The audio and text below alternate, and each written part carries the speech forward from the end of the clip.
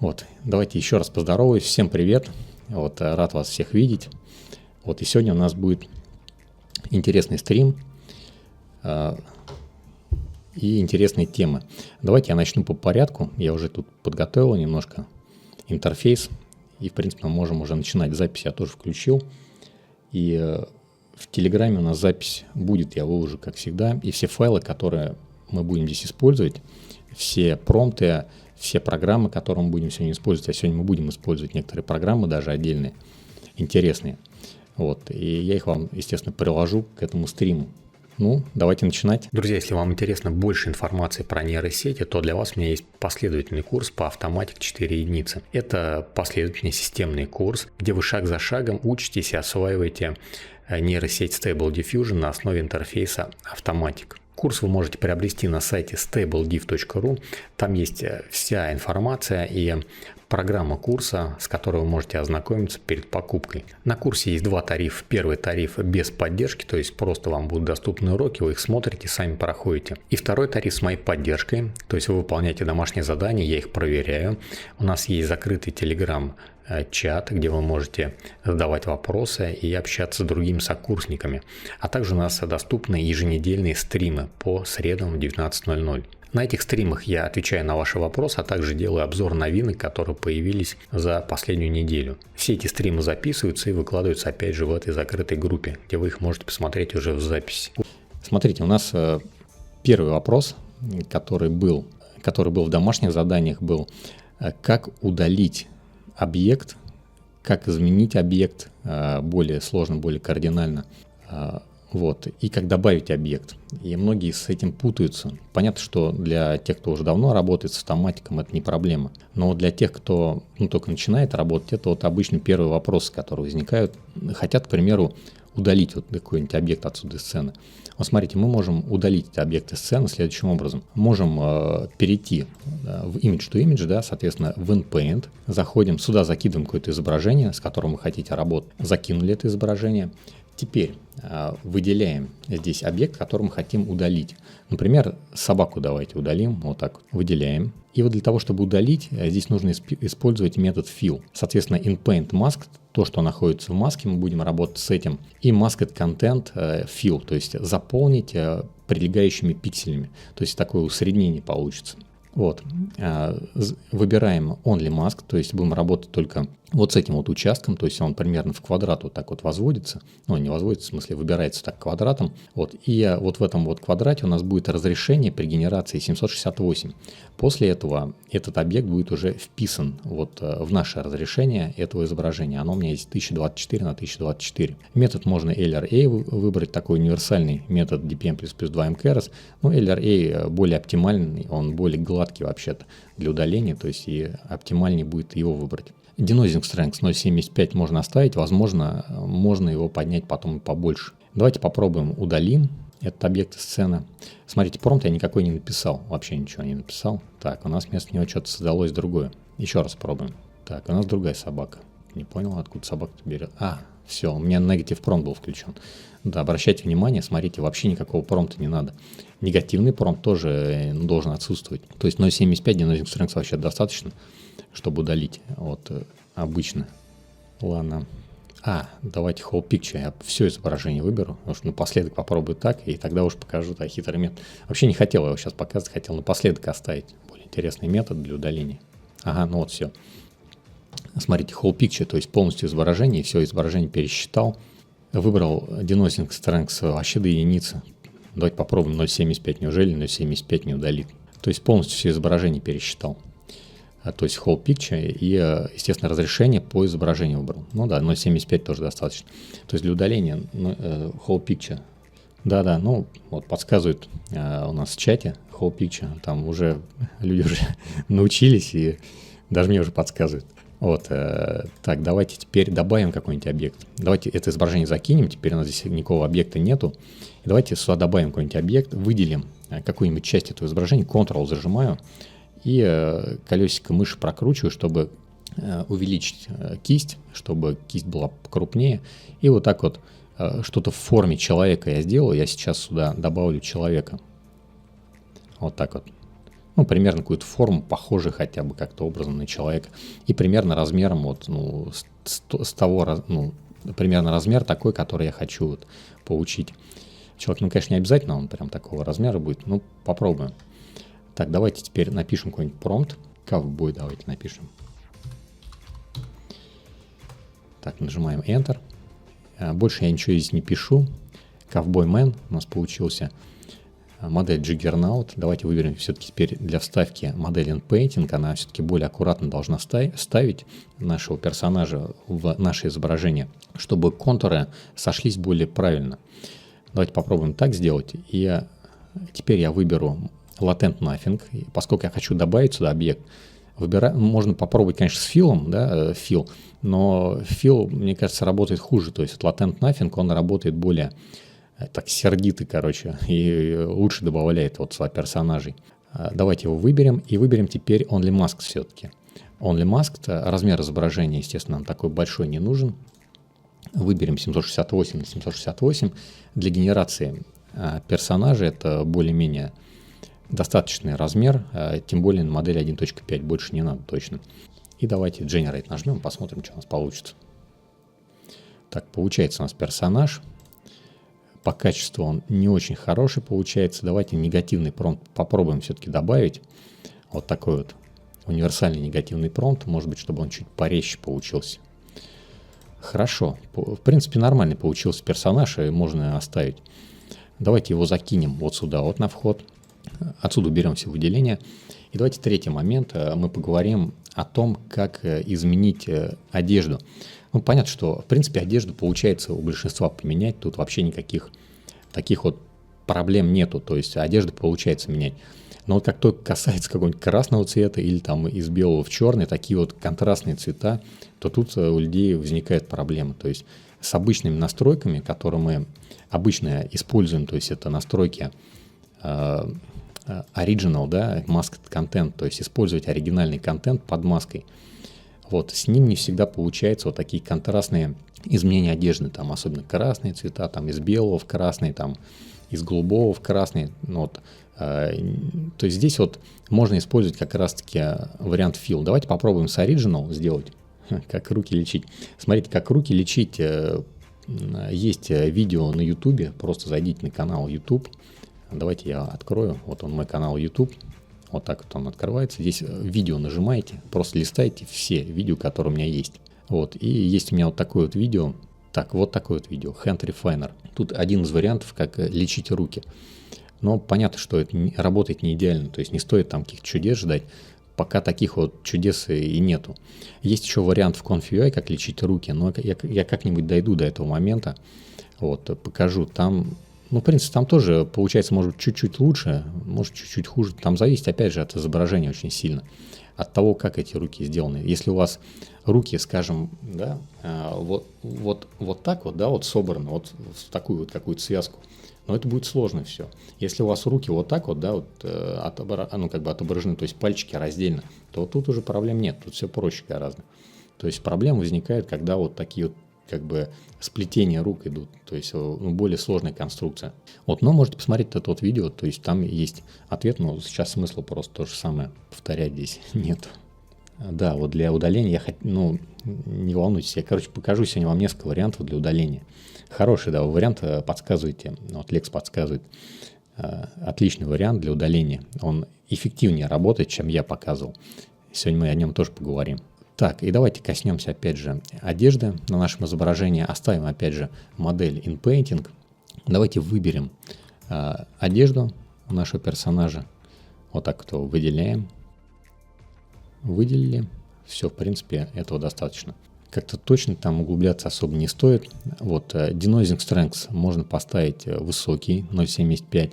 Можно поставить пониже. Давайте попробуем немножко пониже поставить его. Там 0.6 хотя бы, вот так вот. LRA я выберу, сэмплинг метод оставлю его, точнее.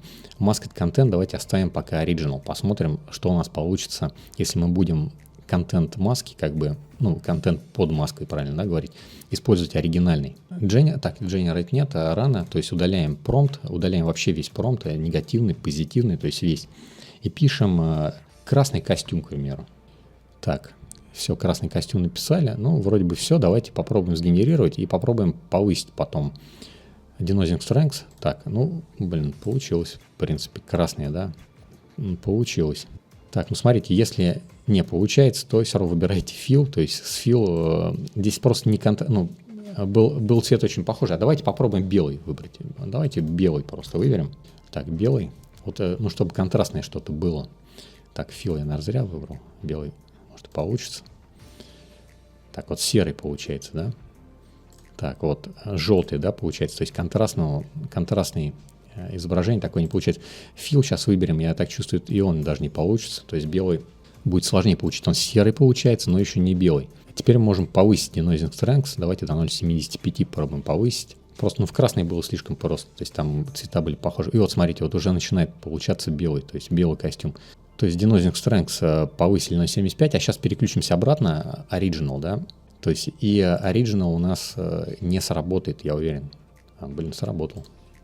Кстати, сработал, смотрите, и даже Original сработал. Но давайте Latent нафиг посмотрим, что с ним получится. Ну, короче, какое-то чудо, да. То есть не всегда так работает. То есть я так понимаю, если персонаж большой, там сложнее. Но просто имейте в виду, что есть вот эти вот параметры Fill, Original и Latent Nothing. Original используется для детализации изображения, то есть когда вам нужно под ним что-то продетализировать или его изменить. То есть вы хотите поменять просто что-то. Вот, немножко, то есть, но не как-то кардинально. Если вы хотите что-то более удалить, первоначально удалить, то есть fill используется больше для удаления. Если вы хотите что-то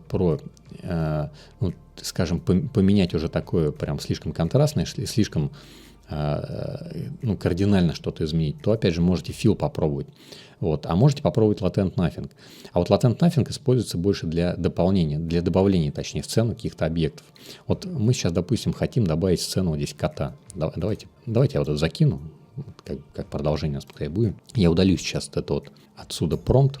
И давайте я сейчас сюда добавлю кота. Давайте вот здесь его добавлю. Вот так вот.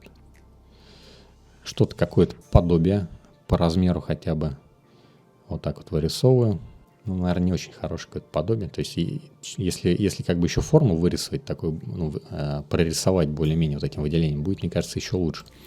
Latent Nothing выбираем, Denoising Strength 0,75, соответственно, модель InPainting, и давайте сразу запишем Cat.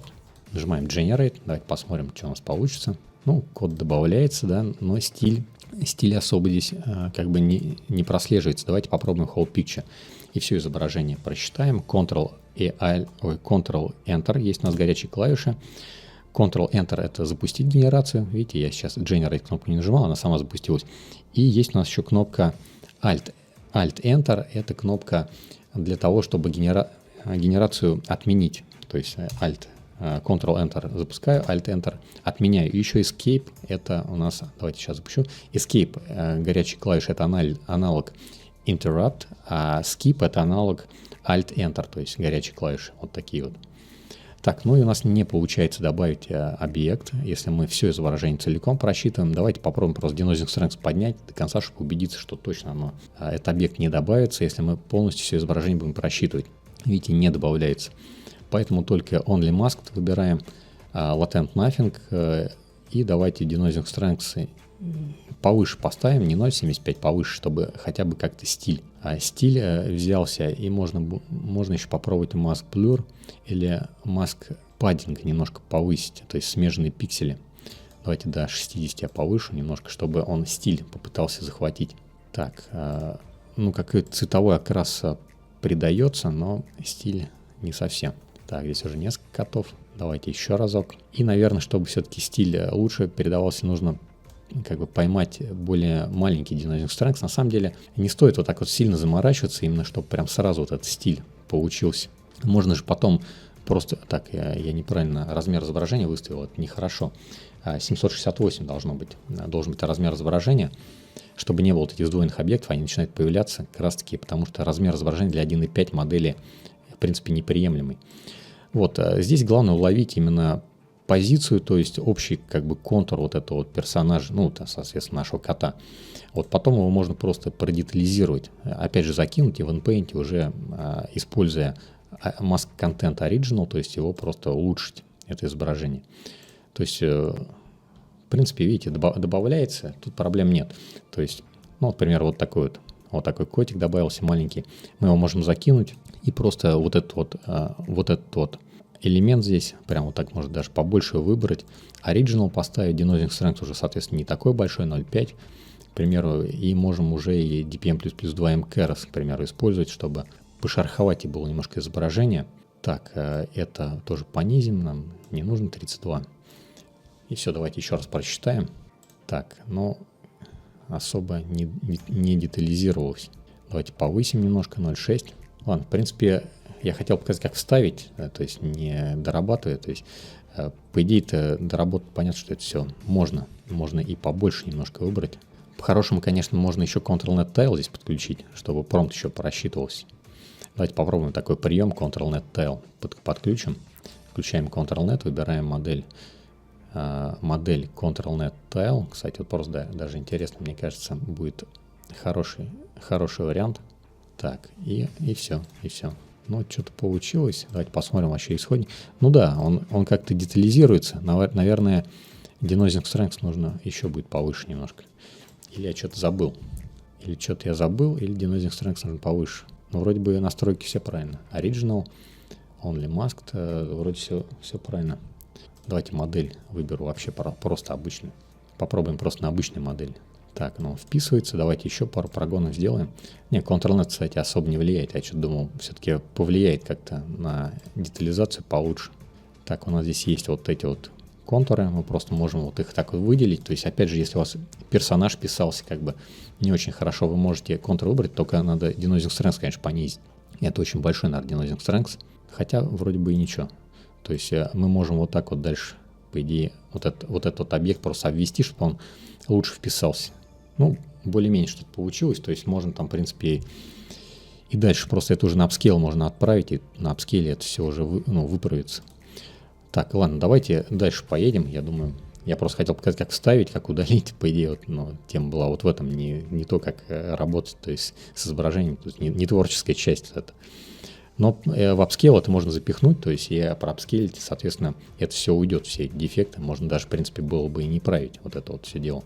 Так, давайте дальше посмотрим, как можно сгенерировать двух, скажем, детей, одного 6 лет, второго 18 лет примерно, на изображение. Вот сегодня в домашних работах, то есть такой вопрос задали. Давайте перейдем в Text to Image. И, тут я уже сгенерировал, смотрите просто какой промпт. Если мы сейчас воспользуемся моделью 1.5, в принципе, наверное, любой моделью 1.5, и попробуем сгенерировать, тут у меня уже, по-моему, что-то выставлено, да, в принципе, все настройки и стоят для модели 1.5. Просто нажмем Generate и посмотрим, что у нас получается. У нас не получается вот этого разного возраста на изображении. То есть возраст, в принципе, примерно одинаковый. То есть я вообще на самом деле 25 лет завышенно задаю, специально хотя бы хоть как-то. Можно попробовать, конечно, еще такой прием для модели именно 1.5. Давайте попробуем ввести вот такое слово break. Вот такое слово break, и мы можем убедиться, что мы его правильно записали. У нас количество символов в промпте стало 84. Их реально здесь столько нету. Так, раз. Давайте еще, одна попытка, не попытка. Попробуем еще разок. Не получается. Не получается. Вообще один персонаж у нас. Если мы сейчас увеличим размер ширины, можем такой, кстати, прием тоже сделать. Просто попробуем на модели 1.5. То есть у нас появится, два персонажа, но возраст опять же одинаковый. То есть даже независимо от того, что я слово break там ввел. Обычно вот для раскрашивания одежды там слово break применимо. То есть можно там шорты раскрасить в красный, там блузку в желтый. Я показывал на очередном каком-то стриме. Это работает. То есть такое можно использовать. Но тут не получается. И вот смотрите, а вот если я выберу модель SDXL, к примеру, модель SDXL, это будет модель, давайте RealVis XL V4, мне, в принципе, нравится модель нормальная. Выберем размер изображения 1024 на 1024.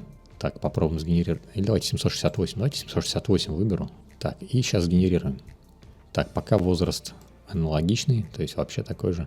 А вот теперь видите, то есть, просто не с первой генерации.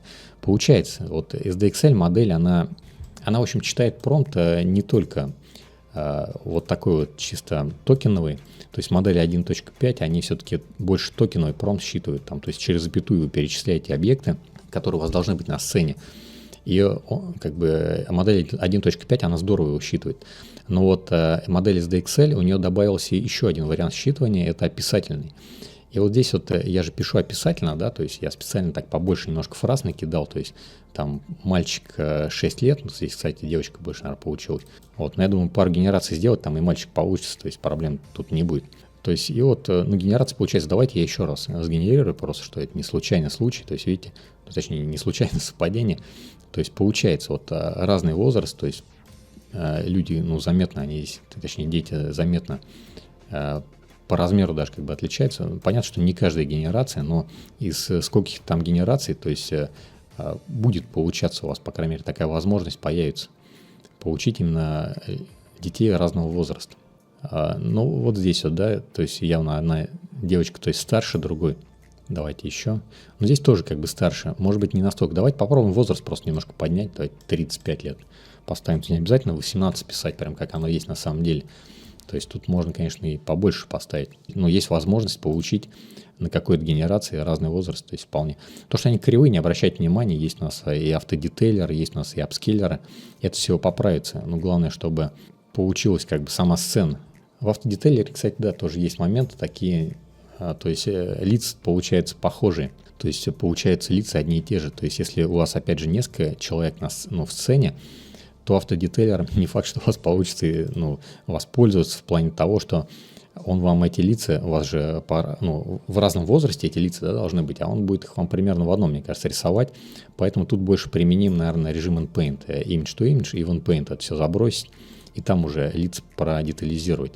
В InPaint именно, потому что там вы выберете одно лицо, пропишите промпт, выберете другое лицо, пропишите промпт. Я думаю, это сработает точно. А вот автодетейлер прям на автомате, ну давайте включим просто, почему бы не включить нам. Я даже вообще ничего писать не буду, просто фейс здесь стоит. Я вот сейчас зафиксирую сит, ну в принципе у нас получилась такая генерация тут разного возраста. Хотя бы, конечно, сказать разного размера, но может быть и разного возраста. Давайте попробуем. Вот детализация пошла, но мне кажется, у нас получится детские лица везде, и там, и там. Не, ну они вообще детализировались. Просто детализировались. Можно немножко Denoising Strength поднять, но тогда есть опять же опасность, то, что мы получим одни и те же лица. Так, детское лицо, отлично. Это явно вот тянет. И видите, второе лицо, оно тоже детское стало. То есть второе лицо стало, опять же, тоже детское. Но оно, в принципе, похоже под вот это вот, как бы, под вот эту персону, но, то есть тянет как бы, да, на вот сочетание тела и лица, что вот именно такой возраст. Ну, по идее, можно как бы это еще все закинуть, опять же, в InPaint, можно вообще целиком всего персонажа перегенерировать. Но если как в промпте, вот такой вот вариант, в принципе, с n генерацией, по крайней мере, должно получиться. А давайте прямо вот это сейчас изображение попробуем проапскейлить. А для второго лица прописать свой промпт. А тут нельзя прописать для второго лица свой промпт. Нельзя. Так, detection, да, detection, по-моему, нельзя. То есть здесь просто лица определяются, они все определяются. Здесь нельзя управлять как бы. Если вы, может быть, путаете с реактором, вот в реакторе как раз-таки можно точно. Там можно прям выбирать конкретного персонажа там, на конкретное лицо. Здесь, по-моему, нельзя так делать. Может, я, конечно, ошибаюсь, если... Ну нет, мне кажется, я не ошибаюсь. Нельзя. Ну и, в принципе, зачем? То есть в InPaint просто закинули, вот отправить в InPaint, и в InPaint это все уже, то есть отдельно выделили. То есть зачем заморачиваться просто? Почему именно в автодетейлере? То есть это нужно получить. Да, с реактором отскрыть. Так, давайте попробуем теперь в upscale закинуть. Я какой-нибудь простенький upscale выберу. Просто по upscale, да. Нажимаю отправить в upscale, в image to image. Так, изображение ждем. Надеюсь, получится. Ну все, сгрузилось. Немножко у меня в последнее время прям с задержками все это загружается. Надо будет разбираться, в чем проблема. Так, и давайте вообще я весь промпт отсюда удалю. Я выберу вот такой retouch промпт. Давайте ставлю, чтобы вы просто видели. Вот такой вот промпт. Скрипт. Выберу скрипт и выберу тайлинговый upscale. То есть SD upscale, к примеру. Вот такой вот вариант. Выберу здесь upscaler какой-нибудь. Ну, давайте SIAX, к примеру. Так, SIAX, это сброшу. Denoising Strength, конечно, это же очень большой такой. Ну, 0.4, я думаю, достаточно будет. Здесь я нажимаю по вот этому вот угольничку, чтобы взять размер вот с этого промпта, но можно, в принципе, воспользоваться и более меньшей плиткой. То есть вот этот теперь параметр, это уже не размер нашего изображения, это размер плитки, с помощью которой будет у нас происходить апскейл. То есть если мы хотим апскейлить плиткой 1024 на 1024, то вполне можно как бы ей апскейлить. Можно апскейлить 768 на 768, особенно если у вас мало видеопамяти. Так, давайте я выберу вот этот вот вариант. И смотрите, SDXL модель я сейчас применять не буду, я выберу модель 1.5. На ней просто будет это все быстрее, скорее всего, работать. Выберу вот такую вот модель Juggernaut. Негативный промпт я оставлю, позитивный промпт вот такой вот оставлю. Это универсальный промпт вот, для апскейла.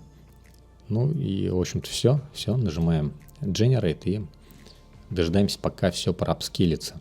Кратность апскейла здесь 2, вот здесь она задается. Ну и размер плитки, еще раз повторюсь, вот здесь. Есть еще другие варианты скриптов для апскейла, плиточного апскейла. Есть Ultimate SD Upscale, вот такой вот вариант. В принципе, смотрите, вот в процессе генерации, да, сейчас идет генерация, тоже вопрос задавали, а если я переключился, там не изменится ничего не изменится. То есть пока вы, вот когда вы нажали кнопку Generate, вы зафиксировали, то есть генерацию, то есть после того, как вы ее нажали, уже, в принципе, ничего не поменяется. Вот если Ultimate SD Upscale, здесь надо выбрать вот этот вот Scale From, то есть и выбрать From Image Size, точнее, и выбрать вот здесь тоже кратность апскейла. Так, давайте посмотрим, что у нас там вообще хоть получается. Ну, получается что-то не очень здоровое, не очень хорошее. Так, давайте подключим CTRL-NET Tile. И с помощью CTRL-NET Tile, смотрите, если у вас не отображается модель, да, то есть вот эти вот кнопки, это быстрого выбора модели CTRL-NET. Они относятся к стандартным моделям CTRL-NET, которые из коробки, в общем-то, поддерживаются CTRL-NET. Когда вы нажимаете, это для модели 1.5 работает, и для SDXL модели, кстати, тоже работает. То есть выбираете Tile и выбираете, точнее, автоматически у вас выбирается препроцессор, выбирается модель. Здесь есть еще разные препроцессоры, но, в принципе, по умолчанию это нормальные препроцессоры. Если у вас модель не выбирается, вы всегда можете нажать вот эту кнопку, и у вас откроется полный список, и вы из него можете выбрать. Но если у вас модель автоматом вот так вот не выбирается, это означает, что у вас модели названы неправильными именами. То есть вот имя должно быть у модели именно вот такое вот, то есть официальное, как называется на официальном сайте эта модель. То есть если вы какую-то урезанную скачали модель, всегда можете переименовать. То есть ошибки никакой не будет, просто переименовывайте в оригинальное название. И все, и у вас автоматически будет, ну, после перезагрузки, естественно, автоматика, будет уже вот эти модели выбираться. То есть тут нет никаких сложностей. Давайте еще раз проапскейлим теперь. Мы на самом деле, конечно, могли бы понизить Denoising Strength, тогда вот этих артефактов было бы меньше. Но и детализацию мы получили тоже меньше. Так, и вопрос, кстати, у нас следующий какой стоял, я этот вопрос не озвучил. Вопрос у нас стоял, если я использую сэмплинг метод dpm++ 2m keras, то получается ерунда. Вот использую сэмплинг метод LRA, то получается все классно. Там, кстати, не ерунда, там было слово смазано, прям вот смазанные изображения получались. Ну, смотрите, то есть, в принципе, не должно быть смазанных изображений. Возможно, что-то неправильно просто настроено. То есть, Denoising Strength должен быть выбран какой-то, ну, оптимальный. Там, если 0.75 вы выбрали и ничего вообще в промпте нигде не указали, большая вероятность, или указали неправильно в промпте, то большая вероятность, что получится что-то смазанное. Вот, и такое может быть. То есть, это просто не зависит, мне кажется, от сэмплинг метода. То есть, там получится и на LRA, наверное, я так думаю, что тоже все смазано, если мы как бы зададим все неправильно. Вот артефакты вот эти вот, да, когда мы тайлом, то есть плитками апскейлим, то они, естественно, могут быть, эти артефакты, они могут получаться из-за того, что у нас плитка, допустим, маленькая, она как бы не улавливает, ну, точнее, в нем начинает искать те объекты, которые здесь прописали. Так, давайте вот эти вот уберу отсюда вещи, и вот это, в принципе, тоже отсюда уберу. Честно говоря, мне не очень понравился этот апскейл. Что-то, ну, так-то одежда нормально проапскейлилась, а лица что-то попортил, прям так конкретно попортил. Давайте еще раз без вот этих вот всяких лор. Апскейлер, кстати, методом тайла, он такой вот, чем вообще преимущество его перед полнокадровым апскейлом. Полнокадровый апскейл — это вот апскейл, например, Harris Fix, то есть он полнокадровый. То есть меньше потребления видеопамяти и большая, в общем-то, концентрация как бы на каком-то участке изображения, особенно если вы используете CTRL-NET Tile, вот эту модель, для определения промпта. Потому что именно в автоматике, когда вы используете вот SD Upscale, то есть или Ultimate SD Upscale, кстати, тоже, что CTRL-NET работает на конкретном участке вот так вот плитки. Если вы используете, к примеру, Conf.ui, вы там используете Ultimate Upscaler, то там промпт будет считываться с всего изображения, а потом, в общем-то, он уже не будет привязан к вот этой вот плитке. То есть там эффект от вот этого CTRL-NET Tile гораздо ниже. Там есть варианты использования тоже других апскейлеров, в том числе и Multi-Diffusion там есть, его можно использовать, и вот там вот уже будет возможность как бы больше сконцентрироваться на промпте, вот когда используете CTRL-NET, там эффект получше. Ну, вот такой вот апскейл получается, если мы выберем модель, давайте выберем модель, в принципе, LRA, но я сомневаюсь, что получится лучше. То есть, чем отличается при апскейле вот эти модели LRA и модели DPM++2 MKeras? Эти модели обычно отличаются шероховатостью на плоскостях. Ну, к примеру, у вас есть кожа, да, где-то, то есть это вот, ну, какая-то более-менее такая плоская, да, часть, которая чем-то залита. Вот там шероховатость DPM++2 MKeras будет выше. А на LRA будет такая более гладкая картина, то есть там меньше будет микро вот этих деталей просто. Пока детализируется, кто у нас новенький, возможно, вообще меня не знает, кто я такой, то есть куда вы попали. Канал у нас StableDiff, у нас есть соответствующие каналы в Телеграме, StableDiff они называются. У нас есть большой чат StableDiff, там разные темы есть, такой активный он очень, там много людей. В общем-то, там задают вопрос, отвечают, там можно поделиться артами, там погенерировать свои арты, выложить, посмотреть, какие реакции там у людей, может, какие-то замечания, там кто-то там что-то там подскажет, вот. То есть можете заходить туда. Вот. Потом у нас есть уже еще группа в ВК, ВКонтакте, там я исключительно только промпты в основном выкладываю, ну и тоже ссылки на видео на YouTube тоже выкладываю, то есть, когда, естественно, выходит. Вот, то есть, если, ну, где вам удобнее, там и, в принципе, можете наблюдать за нашим каналом, то есть, чтобы оставаться просто в курсе, что у нас вот выходит новенького.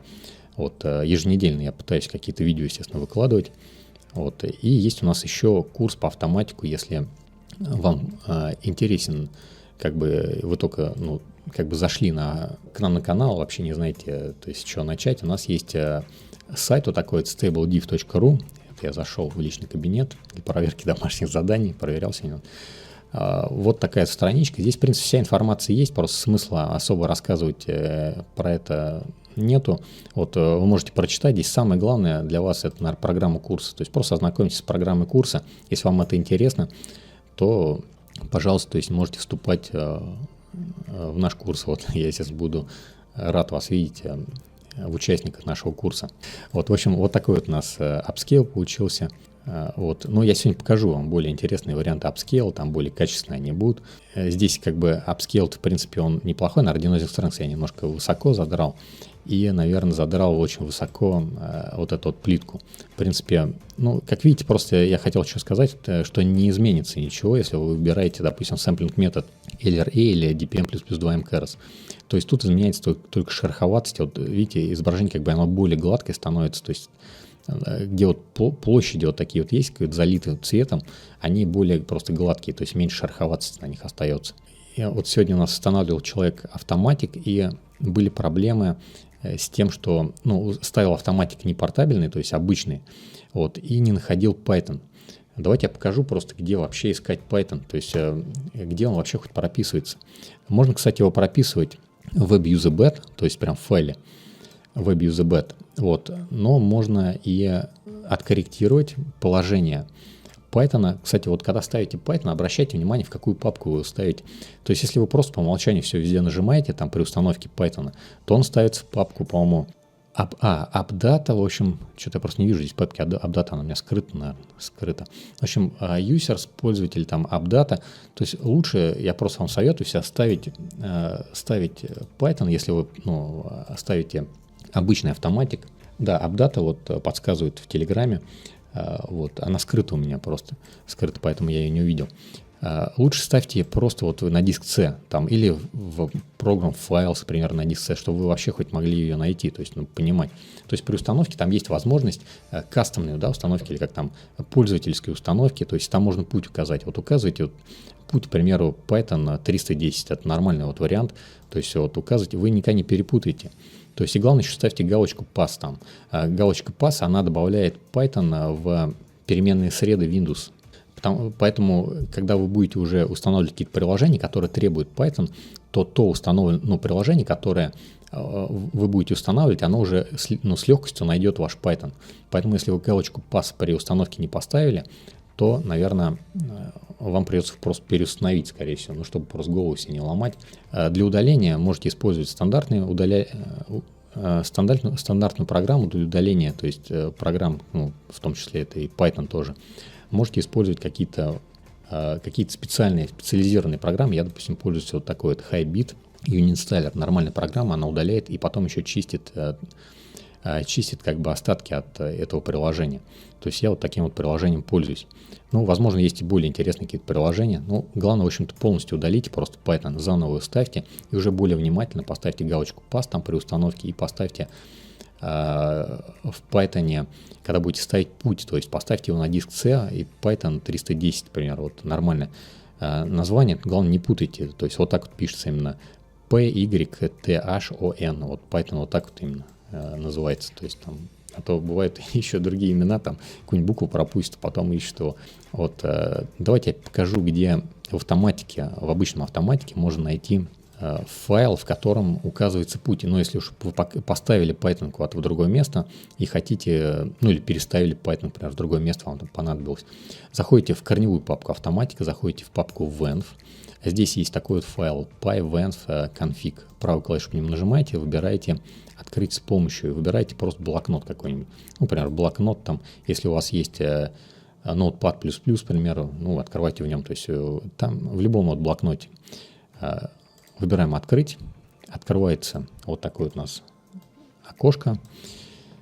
И вот здесь у нас, видите, показан путь, где ставится Python. Если у вас этот путь не соответствует действительному пути установки Python, то, естественно, Python находиться не будет. То есть, когда вы будете запускать автоматику, у вас будет писаться, что Python не найден, прям первая вот фраза. И да, всегда обращайте внимание в консоль. То есть основное, все, что происходит в автоматике, в вашем запущенном, я имею в виду, автоматике, все происходит вот в этой консоли. То есть, соответственно, какие-то ошибки, делайте скрин консоли, отправляете там в нашу группу, в чат Telegram большой, там техподдержка есть, там закрытую группу.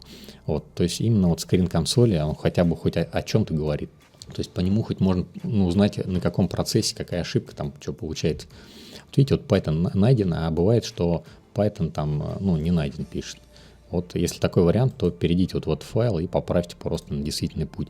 Да, есть еще, кстати, вариант, можно и WebUseBed прописать, но я сейчас навскидку не скажу, у меня прям под рукой нет этих путей.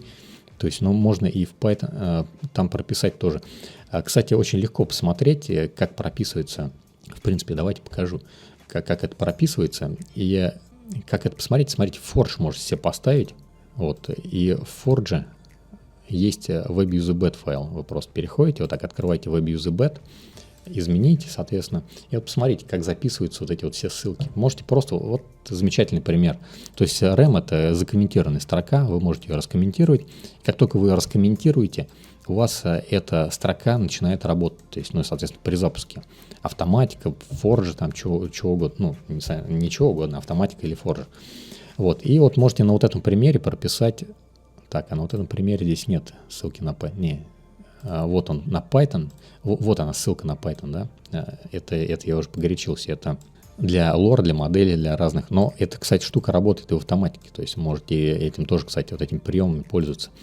И в Python вот здесь прописывается. То есть путь указывается вот здесь. Пример указания пути, вот я так думаю, что это вот так вот это должно выглядеть. Вот это, видите, здесь знаки процентов, это как бы ссылка на вот эту вот часть. То есть это, чтобы получить ссылку вот отсюда, это используется вот эти вот проценты, то есть вам процент не надо указывать, то есть обратные вот эти вот слэши просто указываете и все, и прописываете путь. И здесь, я так думаю, это тоже должно работать, то есть обычный путь. Но если я ошибся, то поправьте.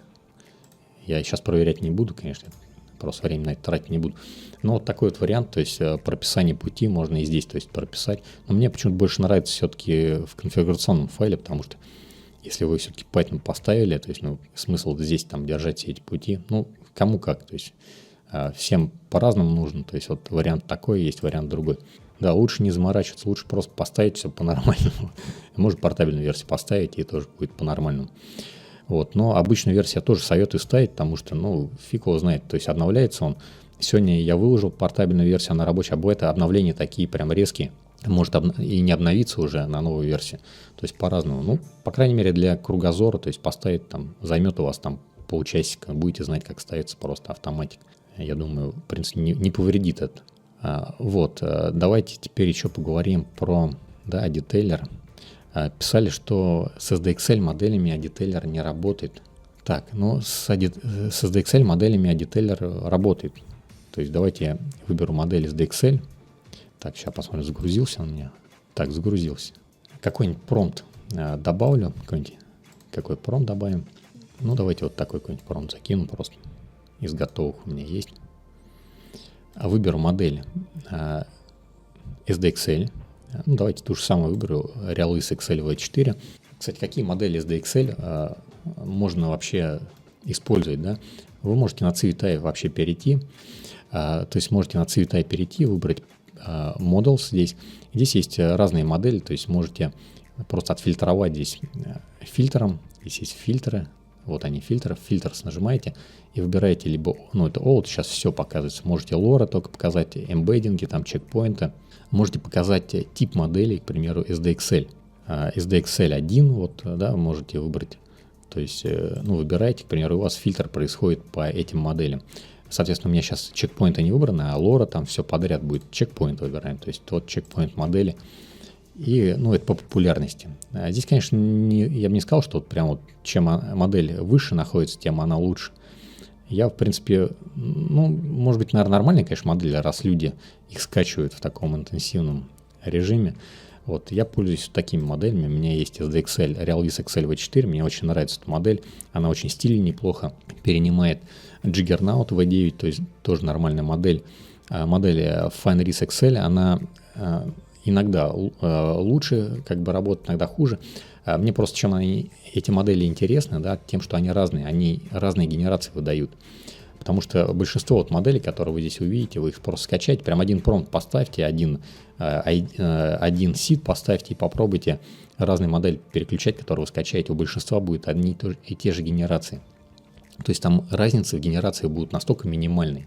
То есть они просто неинтересны. То есть смысл их все как бы эти модели скачивать, ставить, если они одно и то же почти генерируют. А тут есть, конечно, да, модели под разные стили заточены.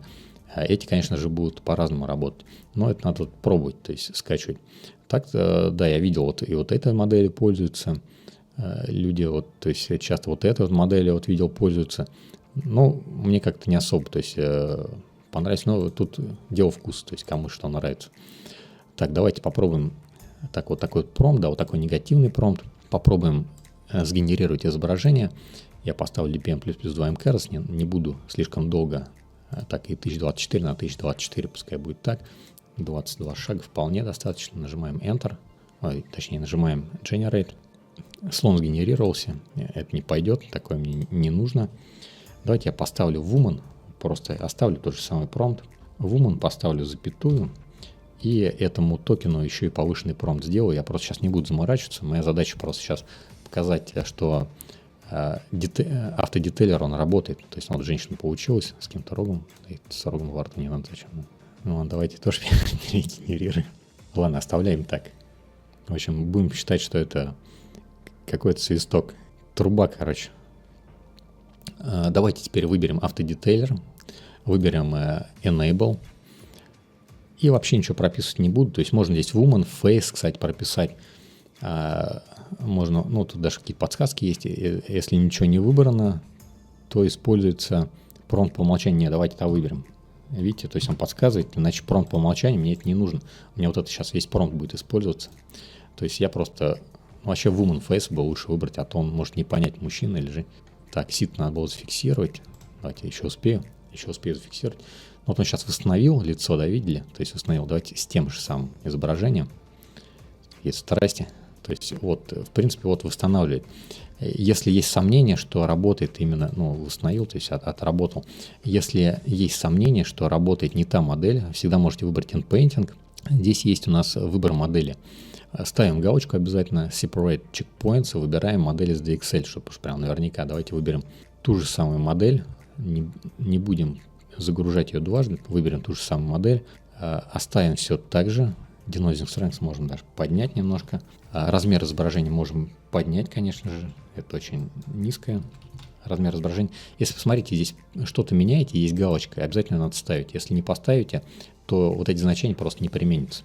Вот размер изображения оставим, то есть у нас будет более детальная прорисовка вот этого изображения. Учитывая у нас SDXL модель, конечно, там можно даже 1024 поставить вполне.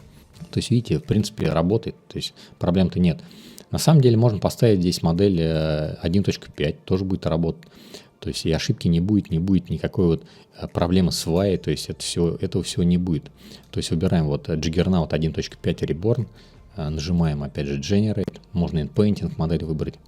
Ну и такой вариант тоже неплохой. То есть 768, только следите, с модели 1.5, 768 больше не надо, иначе лучше не будет. Ну вот видите, тоже отработало. И нет у нас вот этой вот проблемы, когда VAI не подошло, да, когда у нас разные модели. То есть этой проблемы нету. И я вам даже больше скажу, если вы используете, ну, смотрите, если вы используете Refiner, да, здесь выбираете другую модель, здесь SDXL модель, а здесь у вас будет 1.5, будет проблема, да, вот эта вот проблема с генерацией. Да, ну, давайте, для примера, вам выберу. То есть, может быть, многие только зашли и вообще не знают, что это за проблема-то, о чем я вообще говорю. Что за проблемы с VAI. Я отключаю автодетейлер. Да давайте, отключу на всякий случай автодетейлер. Refiner оставлю 0.8. Сейчас увидите, что будет проблема с вот этой вот раскодировкой изображения. VAI вот это отвечает за раскодировку. Я всегда вам советую его ставить на non. То есть не надо ставить это VAI вообще ни на что. Современные модели, они в себе содержат хороший VAI. Вот. И вот таких изображений у вас не будет получаться, если вы будете ставить на non. Но если будете использовать Refiner, то у вас будут вот такие проблемы на разных моделях. Отсюда никуда не деться. Поэтому можете поставить просто допустим, High-Res, и здесь уже выбрать модель. Здесь уже выбрать модель 1.5. Видите, у меня сейчас будет генерация опять же. Ну, то же самое, только я сейчас отключил. Ну, то есть вот это вот проблема с VAI для тех, кто не в курсе, не знает. Вот, отключил. Сейчас я вот этот вот Refiner и включил High-Res Fix. Выбрал модель 1.5, 0,5 поставил Denoising Strength. Апскейлера я давайте вообще его уберу. Сейчас не о нем не о нем речь. Можно, кстати, апскейл ставить там и 1.5, не обязательно двухкратный там или какой-то там высокий. Давайте поставлю Ultra Sharp. Ultra Sharp это как раз апскейлер. А High-Res Fix, кроме вот это апскейлер, все остальное это просто регенерация изображения, ресэмплинг. Вот, это все настройки ресэмплинга, а апскейлером называется только вот Ultra Sharp. Ну, это так. Я, ребята, в Ютубе не хватает мне времени почитать. Но я потом почитаю. Надеюсь, если сохранится. У меня, кстати, в предыдущий раз почему-то не сохранилась эта вся переписка, хотя я нажал там сохранить чат, то есть он должен, по идее, сохраниться, чтобы потом, когда вы смотрите, у вас... Так, ну, смотрите, видите, нет проблемы, то есть я апскейл получился, в принципе. Ну, получился, соответственно, с теми параметрами, которые мы выбрали. Кстати, проапскейлилось на модели 1.5 неплохо. Если бы мы оставили модель из DXL, то такого бы результата не получилось. Ну, с лицом тут, конечно, проблема, я не спорю. То есть, с лицом очень легко установить. Остальное, кстати, очень здорово продетализировалось. С руками проблемы, да, с руками ужасные проблемы. Вот, их можно просто отсюда удалить. Это будет проще, чем их исправлять. Просто удаляете их отсюда, и все, и проблем нет. Вот, ладно, шутки шутками. Давайте переходить дальше. Дальше у нас какие были вопросы. Дальше у нас были следующие... кстати, даже не вопросы, а вот я хотел еще один параметр вам показать, раз мы уже коснулись автодетейлера. То есть, если вы замечаете, когда обновляется у вас расширение, когда вы их обновляете, там есть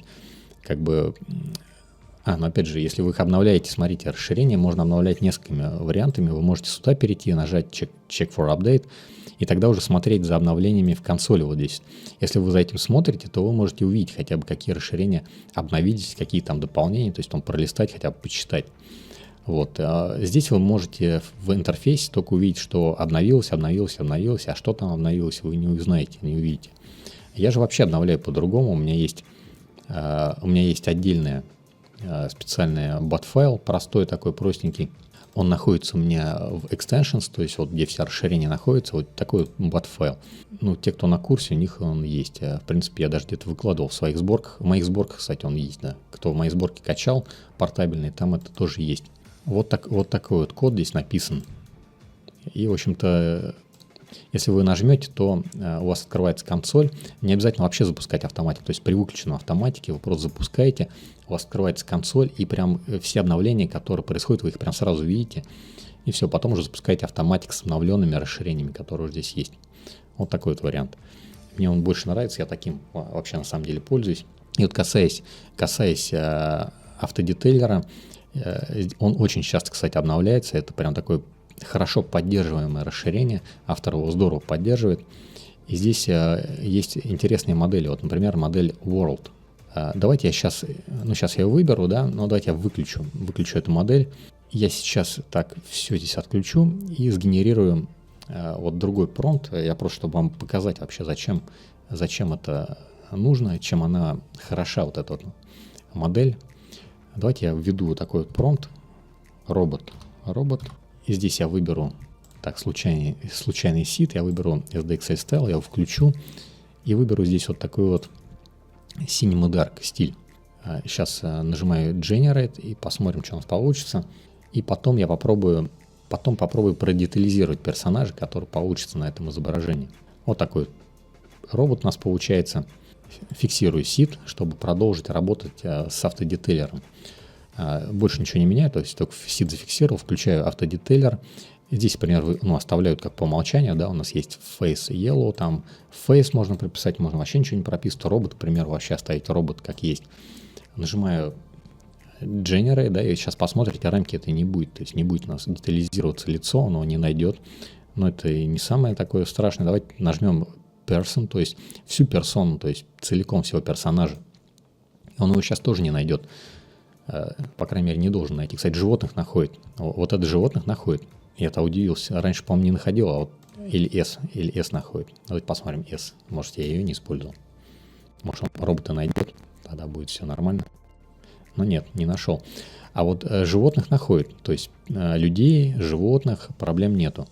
А вот если вам нужно такого робота, скажем, целиком продетализировать, то, в принципе, вы вот, получается, так не можете, да, но появился вот такой вот универсальная модель для автодетейлера, называется World. То есть все, как бы весь мир там. И вот здесь пример, там, что вы можете указать. И, например, давайте укажем робот. То есть мы хотим робота продетализировать. Нажимаем Generate. Давайте посмотрим, определит, не определит. Давайте попробуем потом что-нибудь другое. Смотрите, если что-то застопорилось, смотрим в консоль, качается модель. Почему-то я не скачал модель. Хотя я вообще думал, что я на этой портабельной версии пробовал-то вообще-то. Forge запустил. Да не, вроде не Forge. Ну ладно, давайте дождемся пока. Пускай скачается. Сейчас у меня идет, конечно, передача файлов. Точнее, передача видео, как бы обмен. Немного не быстро это будет, скорее всего. Так, я надеюсь, я не отвалюсь, как бы, из YouTube. Это самое главное, чтобы я просто отсюда не вылетел. Так что, ладно, давайте дождемся, пока перейдем к какому-нибудь другому вопросу. Переключимся немножко. Не будем просто, как бы, тратить время на ожидание на это впустую. Давайте, смотрите, я вам покажу специальное приложение. Есть портабельная версия Llama. Просто для информации. Такая вот штука, в общем. Это специальное прям приложение, вот такое вот отдельное. Так, я сейчас вам покажу, как оно выглядит, как оно устанавливается. Так, перейдем в портабельную версию. У меня есть отдельная папка. И здесь есть у меня вот такая вот Llama Cleaner. Llama Cleaner, да, называется. Вот такой вот архивчик, портабельная версия. Просто распаковываете. Весит эта штука вообще немного. Вот к стриму я приложу это, но это будет подписчиков, точнее для тех, кто у нас на курсе. А для остальных можете попробовать сами ее найти. То есть 1,5 гигабайта эта штука весит. Она небольшая, соответственно, загружается очень быстро. Эта штука очень здорово похожа на фотошопскую волшебную стерку. То есть здесь выбираете размер кисти, да, вот есть выбор кисти. Есть сегментированный выбор, да, есть отмены, кстати, можно отменить. То есть можно самое простое — это выбрать элемент, который вы хотите удалить. То есть и он просто удаляется. Оп, видите, быстро работает. То есть очень быстро. Особенно очень здорово, если вы работаете там с какими-то там пятнышками там на лицах, скажем, портрет там как-то обрабатываете. Нормально работает. То есть он можно, допустим, машину удалить. То есть вот, например, выделяем автомобиль. То есть и на автомате, то есть вы даже никуда не тыкаете, не щелкаете. То есть вот удалился. То есть можете подкорректировать. То есть, ну, как в фотошопе очень похоже, но мне кажется, она работает все-таки получше, чем в фотошопе. Вот, работает нормально. Есть еще вот такой вот вариант. Так, давайте выберем какой-нибудь объект, ну, Луну, к примеру. Да? Оп, Луна выбралась. Так, и нажимаем подтвердить. То есть нажимаем кнопку уже подтвердить. И Луна удалилась, но удалилась не совсем хорошо. Давайте еще раз попробуем эту же функцию. Нажмем еще Accept. Удалится она нормально. Ну, в принципе, нормально, более-менее нормально удалилась. Но мне кажется, все-таки кисточка как получше работает. То есть вот вариант такой вот раз, увеличили, оп-оп-оп. Вот, и я вам сегодня еще хотел показать, как эта же штука, в принципе, может и в автоматике работать. То есть в автоматике тоже можно примерно то же самое использовать. И вот, ну, может быть, не так, конечно, там удобно работать. Если вам, опять же, много разных элементов надо удалять, то вот это приложение, оно нормальное. Конечно, если вам просто какой-то один объект удалить из сцены, ну, смысла никакого нет. То есть вы дольше его просто запускать будете, намного удобнее в автоматике. То есть, а так вот, да, вот, то есть раз и поудаляли. А в фотошопе, если у вас есть фотошоп, то есть если вам удобно через него, то есть можете, в принципе, там. Ну, функционал похож, очень похож на фотошопский. Просто не у всех, кстати, есть фотошоп. У меня очень многие пишут там.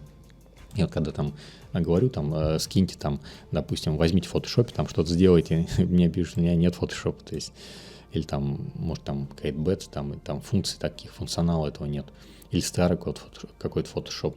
Вот, ну, вот такой вот штукой можете пользоваться, это бесплатное приложение, портабельное, но, опять же, на видеокарте на вашей работает, соответственно, видеокарта должна быть нормально. Ну, как видите, то есть работает быстро, то есть потребления видеопамяти здесь и колоссального нету. Ну, точно нету. То есть я думаю, на любой, в принципе, видеокарте, там от 6 гигов она должна, мне кажется, работать. Так, давайте посмотрим, что у нас с загрузкой. Да, и загрузка все печально, все очень долго грузится. К сожалению, я стрим на паузу поставить не могу, чтобы это все прям быстрее загрузилось. Давайте тогда пока продолжим и дальше. И, наверное, я не знаю, продолжить здесь же у меня не получится, да. Ну давайте вот про IP-адаптер расскажу, пока, может быть, загрузится это все дело. Смотрите, в IP-адаптере у нас, точнее, IP-адаптер у нас обновился. Он обновился в Conf.ui, обновился, кстати, в автоматике тоже. И если мы, давайте перейдем на другую вкладку хотя бы. Вот, переходим, Ctrl-Net открываем IP-адаптер. IP-адаптеры вы, в принципе, можете в YouTube посмотреть какое-нибудь мое любое там видео, и там, в принципе, найти какое-нибудь видео про IP-адаптер, там есть ссылки. Или просто в поиске вбейте там IP-адаптер, там, например, скачать модель. Или лучше IP-адаптер Models. То есть найдете просто эти все модели, ну, если у вас их нету. Вот смотрите, здесь появился препроцессор IP-адаптер Авто. И то же самое, кстати, произошло и, ну, как бы обновление в основном связано вот с этим. То есть и в Conf.ui тоже автоматически появился выбор препроцессора. То есть не надо, здесь их, видите, как бы много, и не надо теперь голову ломать, какой препроцессор соответствует какой модели. Вот это вот, на самом деле, много моделей, много препроцессоров, вы начинаете путаться, то есть и здесь много всего, и здесь много всего, а там плюс надо с плюсом, то есть если модель плюс называется, то надо выбрать и препроцессор с плюсом, да, если не без, то без. Если вы используете SDXL, там вид H надо выбрать. Если используете 1.5, вид H непригоден. В общем, тут есть много разных таких моментов. Face ID, там, например, у них тоже для этих IP-адаптеров свои варианты. То есть теперь просто ставите выбрать автоматический IP-адаптер и голову себе не ломайте, просто выбирайте нужную модель, и все. Вот один из вариантов такой вот, точнее, вот одно из таких вот обновлений IP-адаптера вот произошло. В Conf.ui то же самое, тоже стало немножко поудобней. То есть нет смысла теперь выбирать отдельно, и в Conf.ui тоже нет смысла отдельно теперь прокидывать и модели, и препроцессор. То есть можно вот таким вот автоматическим вариантом теперь пользуются. Остальные, в принципе, все функции, они остались. Здесь появился дополнительный препроцессор, вот с последнего обновления, он называется G, по-моему, вот, Clip G. И модель для него не SDXL, по-моему, используется. Модель SDXL используется. Давайте попробуем, найдем модели IP-адаптера. У меня под рукой вот нет, не подготовил я. Сейчас найдем просто. Ну, заодно покажу, как искать вообще.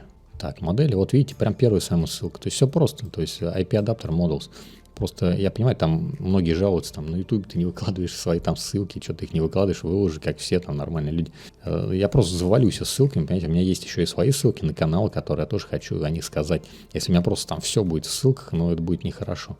Ну и плюс, конечно, как бы есть повод зайти на Boosty для кого-то, кто не умеет это искать, или кто просто не хочет тратить времени.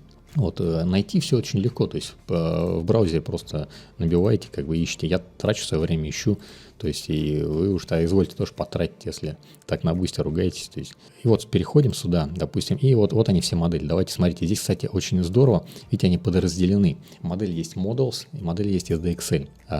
Вот SDXL модели вид H, это вот одна из таких нормальных моделей. Это хорошая модель, с SDXL, естественно, она работает. Вид H+, по-моему, тоже вид H+, да, вот эта вот модель хорошая, одна из последних, кстати, можешь посмотреть, когда последний раз она обновлялась.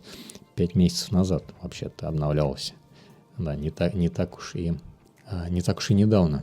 Давайте посмотрим на модель 1.5, посмотрим, как здесь они обновлялись. Вот одна из моделей Lite вышла. Там, кстати, вот эта, кстати, модель еще 5 месяцев назад тоже вышла вид G, это для модели 1.5 все-таки. Я там при процессор сказал, что для модели SDXL, для модели 1.5. Здесь есть модели BIN, есть модели Safe Tensors. Для автоматика используйте Safe Tensors. BIN, в принципе, он пригоден для ConfUI, но и модели Safe Tensors пригодны для ConfUI, потому что смысла просто нет их плодить. То есть вы в них просто запутаетесь, оставьте модель Safe Tensors, и все. Будет и там работать нормально. Вот модель Lite, она старая, которая, да, вот 5 месяцев назад, которая была, она обновлена, и вот эта модель скоро перестанет поддерживаться при процессорах, я так понял. Там было написано, кстати, это в ConfUI было написано, когда я использовал вот эту модель. Нет, при обновлении, по-моему, где-то я прочитал, вот, что вот эта модель будет исключена скоро. А вот эта модель похожа на замену вот эту вот Lite. Вот, вот так вот. Так, про IP-адаптер, наверное, я рассказал такое. И, кстати, у нас будет интересная еще концовка. Сегодня ретушь фотографий будет настоящий. Сейчас дойдем до этого скоро. Давайте посмотрим консоль. Я надеюсь, долго, очень долго все грузится. Но осталось буквально чуть-чуть. Буквально процентов еще 35. Да, скорость прям вообще упала дико. Попробую вам пока, может, на какие-то вопросы поотвечать просто. Хотелось бы все-таки вот эту модель Word показать. Voice Fixer. Смотрите, да, можете задавать вопросы и в YouTube, и в Telegram задавать. Смотрите, Voice Fixer — это такой нейросеть для восстановления голоса. То есть, если у вас голос совсем плохой, там, скажем, вот типа как со старого радио, там прям какая-то старая запись, прям плохая, там вся шумная, вот Voice Fixer, он пригоден. Если вы записали на какой-то более-менее нормальный микрофон, конечно, там не на профессиональный, а имеется в виду на какой-то, скажем, на телефон, да, и на телефон шумный, где-то в шумном месте с улицы, то вот Voice Fixer, он может вам удалить шумы и так немножко выправить. Но там не идеально получается. Он, знаете, как вот работают эти вот все шумодавы, они очень... Это, конечно, не просто шумодав, это такой более сложная какая-то система, то есть она все-таки на нейросети какой-то построена. Но как шумодавы работают, они подрезают некоторые нечитаемые звуки, то есть если вы как-то нечетко немножко произносите или где-то шумом у вас подглушился какой-то звук, а вот эта нейросеть, она все равно не понимает, что вы говорите. То есть если бы она понимала прям конкретную фразу, прям могла бы расшифровать, то есть вы там сказали, там, к примеру, там table, к примеру, или там стол, да, но вот последний там звук плохо слышен, он бы вот тогда вот прям дегенерировал, вот было бы, конечно, круто, но это так не работает пока. То есть шум он вычищает здорово, но вот если вы где-то какую-то букву там проглотили или ее невнятно как-то произнесли, она будет вот этим шумодавом вообще поглощена просто, и у вас вообще как будто ее там нету в конце этой буквы. То есть вот я на самом деле шумодавами очень осторожно пользуюсь, даже с микрофонами. если где-то что-то нечеткая речь, он еще хуже делает. То есть одно дело у вас там шум какой-то присутствует, другое дело вообще непонятно, что вы говорите, у вас просто начинают удаляться какие-то буквы, там проглатываться. Смотрите, Unidad Upscaler. Смотрите, у нас с версии автоматика 1.5 появились апскейлеры. Появились апскейлеры не только ESRGAN, да, давайте я сейчас открою, чтобы как бы рассказывать на визуальном контенте, да, чтобы вы понимали, о чем я говорю. Есть вот такие апскейлеры, они всегда были, ESRGAN, мы ими всегда пользовались. И вот здесь вот эти вот апскейлеры, ну, они все формата PAS, в принципе, и формата DAT тоже они, по-моему, формата PAS. Но вот с 1.8 автоматика у нас появились новые, ну, появилась возможность, точнее, использовать новые апскейлеры, точнее, не так, появилась возможность использовать апскейлеры формата DAT. Формат DAT — это не новый апскейлер, конечно, это, они присутствовали уже, да, он там есть куча разных форматов апскейлеров. Вот, но с версии автоматики 1.8 появилось вот, то есть решили они подключить именно вот эти апскейлеры. Я так понимаю, что хорошие там есть апскейлеры, и то есть какие-то запросы на эту информацию были, то есть чтобы эти апскейлеры включить. Я, кстати, сейчас не наблюдаю у себя здесь апскейлера формата DAT, и вообще этой папки не наблюдаю. Давайте я открою какую-нибудь Forge сборку, почему-то странно, почему тут нету. Так, папка Models и DAT. Вообще вот здесь должна быть папка формата DAT, почему-то... все. Смотрите, у меня нету, да. Если вы откроете любую мою портабельную сборку, то там это все будет. Если сейчас у меня есть портабельная сборка какая-то вот кастомная, установленная, я вам покажу. Но нет, у меня не распакована ни одна сборка. Тестовый config здесь. Я могу распаковать просто сборку, любую портабельную свою, чтобы вы просто понимали, где в ней, да, находится. Давайте попробуем распаковать, например, вот эту. Заодно покажу, как распаковываются мои сборки. Смотрите, мои сборки, вот последние, они из двух частей состоят. Часть 1, часть 2, и две части одного архива. Потому что есть точка 7zip, да, и точка дальше вот эти части уже идут. То есть вам достаточно распаковать только первую часть. Правой клавишей нажимаете, 7zip выбираете. Лучше 7zip распаковывайте. Если WinRAR вам повезет распаковать, хорошо. Но я думаю, что не всем повезет. И нажимаете распаковать. Вот 7zip точно работает. Нажимаем распаковать, дожидаемся, пока это все распакуется. Но у меня это быстро, 30 секунд где-то происходит, поэтому я покажу. То есть порядка 30 секунд распаковка это длится. Но сейчас может загружен процессор, немножко может там, ну и все почти. Все распаковалось. Переходим в папку WebUseBet, в Models папку. И здесь у нас есть ESRGAN и есть еще папка DAT. Видите, то есть моя сборка, она есть. И там есть, кстати, еще апскейлер. Заходите сюда, и здесь есть два апскейлера. Unidad, так она называется. Формат тот же самый, PAS, то есть у них одинаковый. Но если вы вот этот апскейлер закинете в ESRGAN вот сюда, работать он не будет. Это я точно говорю, проверял. То есть именно в папку DAT нужно закинуть. Где их скачать, я показывал на предыдущих, по-моему, стримах. Вот я сейчас показывать не буду, просто выберите скачать апскейлер DAT. То есть вот так он, DAT. Вот, то есть и закидывайте вот в эту папку и используйте. В принципе, работает очень аналогично, то есть какого-то прям вау-эффекта у вас не будет, что вы ESRGAN используете, что DAT. Работает похожим образом и ну, может быть, получше немножко. Вот этот вот апскейлер Unidad, он мне показался, он немножко лучше выделяет грани, чем CX. Вот я просто, ну, у меня там есть несколько апскейлеров, которые я использую. Там Ultra Sharp, да, я, по-моему, использую вот Ultra Sharp, который здесь есть, CX и Strazen. Почему именно 3 апскейлера здесь оставил? Потому что вот эти апскейлеры, они разные. Strazen для большей детализации там, на коже, там еще что-то более для фотореалистичных изображений. CX — это такое что-то более резкое, то есть грани будут более резко выражены. Ultra Sharp — это еще более резкое, то есть более резкие грани и более плоские как бы плоскости, то есть там лицо, кожа более плоская получается с ним. Ну, вот такие вот варианты. И формат DAT, вот здесь апскейлер это для лица, но мне, честно говоря, не очень нравится. Я оставил, я такой пример, но так себе. А вот этот вот апскейлер хороший, то есть можете пользоваться, вместо CX попробуйте его, по крайней мере. Но какого-то вау-эффекта не будет, то есть примерно похоже, все равно плюс-минус, там разница, может чуть-чуть будет лучше. Так, с этим разобрались. Как сделать морфинг, да? Морфинг. Смотрите, морфинг, ну, есть приемы, да, написание промпта, там, когда вы пишете код, двоеточие, давайте откроем автоматик, ну, к примеру, cat, да, двоеточие, то есть, ну, это такой, большинство знает, да, как это все пишется. Cat, двоеточие, так и, по-моему, это все в квадратных скобках пишется. И пишем либо в процентном соотношении это смешивание, либо в количестве шагов. То есть можете в шагах, если целое значение, то это в количестве шагов, если меньше единицы, то это процентное соотношение. Вот так в квадратной скобке, по-моему, заключается. И вот такой морфем. Тут надо единственное учитывать, что первые шаги, они всегда более важные, чем последующие шаги.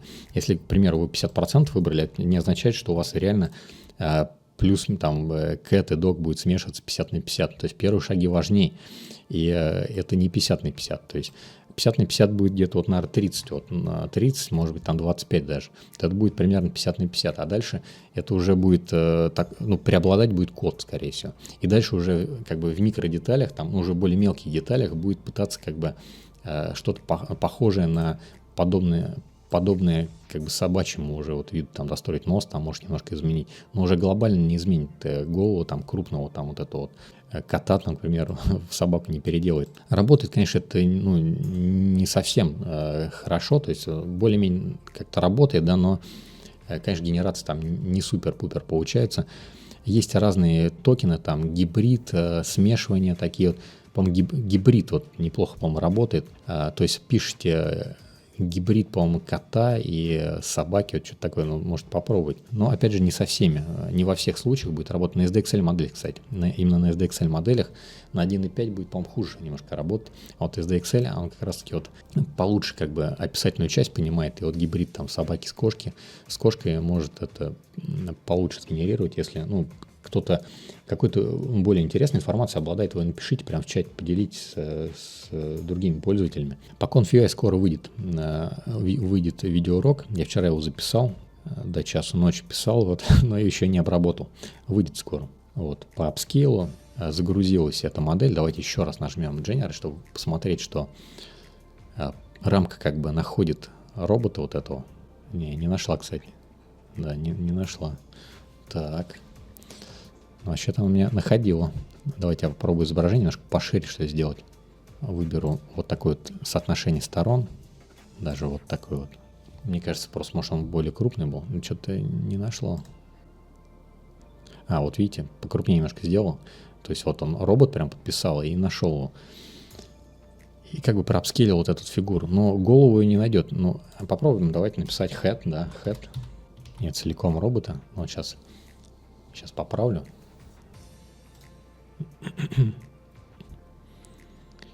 Попробуем все-таки, чтобы голову нашел. Но у меня, кстати, не получилось, я опробовал. Именно вот почему-то головы нет. То есть прямо какой-то объект. И сейчас можно какое-нибудь другое изображение закинуть, там, например, автомобиль, там, кар. Я так понимаю, что какие-то более... Не, вообще ничего не нашел. То есть, видите, то есть увеличил как бы сложность промпта, не нашел. Давайте попробуем закинуть какой-нибудь... давайте вот такой промпт я сейчас сгенерирую. Какой-нибудь... Вот такой вот. Так. Это выключу вообще.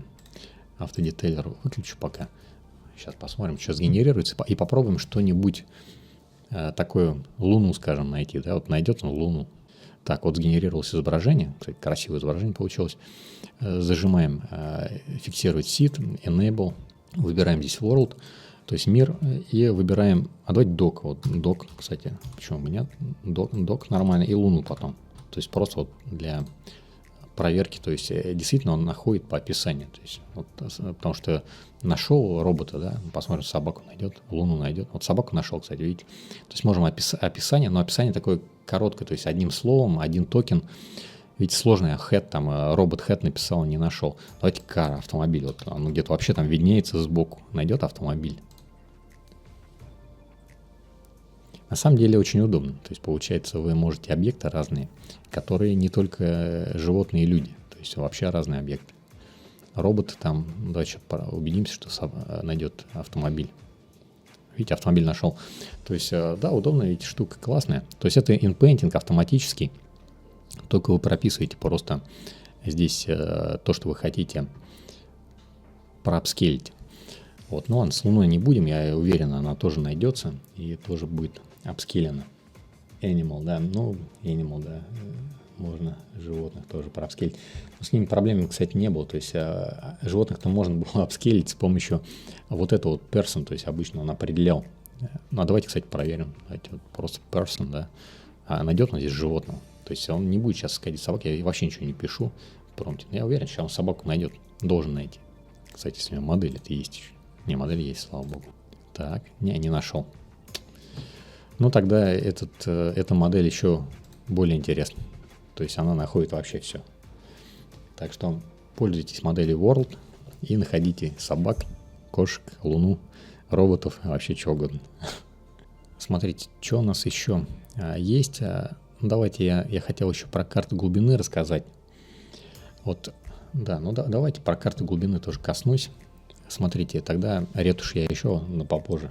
Ну, точнее, сегодня еще поговорим просто. Еще чуть позже это все будет. Вот, давайте перейдем в image to image.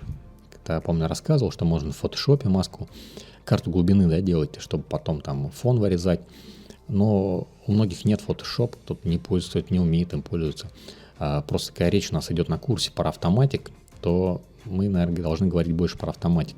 Просто с самого начала смысла давать именно Ctrl-Net не было. То есть, когда вы просто знакомитесь с этим автоматиком, и прям сразу вам наговорить про Ctrl-Net, когда вы открываете, и у вас тут куча разных моделей, это, ну, скажем так, неправильно просто было бы. Поэтому там как бы я и говорил про это Photoshop, то есть как сделать карту глубины в Photoshop. Я думал вообще-то, что многие Photoshop в ну и в основном дизайнеры там приходят. Вот. Но, может, я ошибаюсь, то есть не все. Многие умеют, да, но не все. Вот, поэтому вы просто переходите в Ctrl-Net. В Ctrl-Net есть у нас, кстати, урок 16 про Ctrl-Net, если кто не знает, кто еще не дошел в 16 уроке, вот про Ctrl-Net есть прям большой обзор. Это мой максимальный вообще обзор, который я делал. А есть в YouTube у нас обзор, кстати. Если кого нет на курсе, то в YouTube есть у нас тоже обзор про Ctrl-Net, он тоже актуальный. Ну, там не совсем, конечно, не последний, да, он такой уже немножко устаревший, но тем не менее все равно силу имеет и смысл его посмотреть тоже есть. На курсе у нас, естественно, более актуальный, я его писал, вот, ну, это из последних вот видео, ну, тоже уже время идет, и он уже начинает устаревать, скоро, видимо, придется обновлять. И вот смотрите, закидываем, то есть нажимаем сначала галочку, то есть переходим в image to image, да, нажимаем здесь, выбираем Ctrl-Net, нажимаем здесь галочку Upload Independent Control Image. Если вы ее не нажмете, то у вас изображение будет браться вот отсюда, из входного изображения, которое вы сюда кинете. Ну, по сути дела, можете и сюда кинуть, как бы и с ним работать отсюда. Вот. Здесь у нас есть варианты Depth, ну, модели там Kenny, Depth, там разные. Depth, да. То есть выбираете его, и здесь есть разные препроцессоры. Нас интересует именно препроцессор. По умолчанию Midas — это, ну, нормальный препроцессор. Anything более такой детальный, но Midas, в принципе, он такой универсальный. Вот если кто пользуется Forge, то там есть вообще классный апскейлер, он называется Marigold. Попробуйте обязательно, если вы его, ну, как бы не использовали еще. Очень детальный. Это самый детальный апскейлер карты глубины, который я вообще видел. То есть он, ну, пока самый лучший, мне кажется. Вот. Но в автоматике его нету. Здесь есть вот Midas. Давайте им воспользуемся. Нажмем вот эту вот кнопку красную и получим просто карту глубины. Вот она, вот наша карта глубины. То есть вы можете, в принципе, эту карту глубины копировать картинку, можете ее так на рабочий стол закинуть. То есть проблем никаких нет. То есть перекинули на рабочий стол, потом ее можете использовать.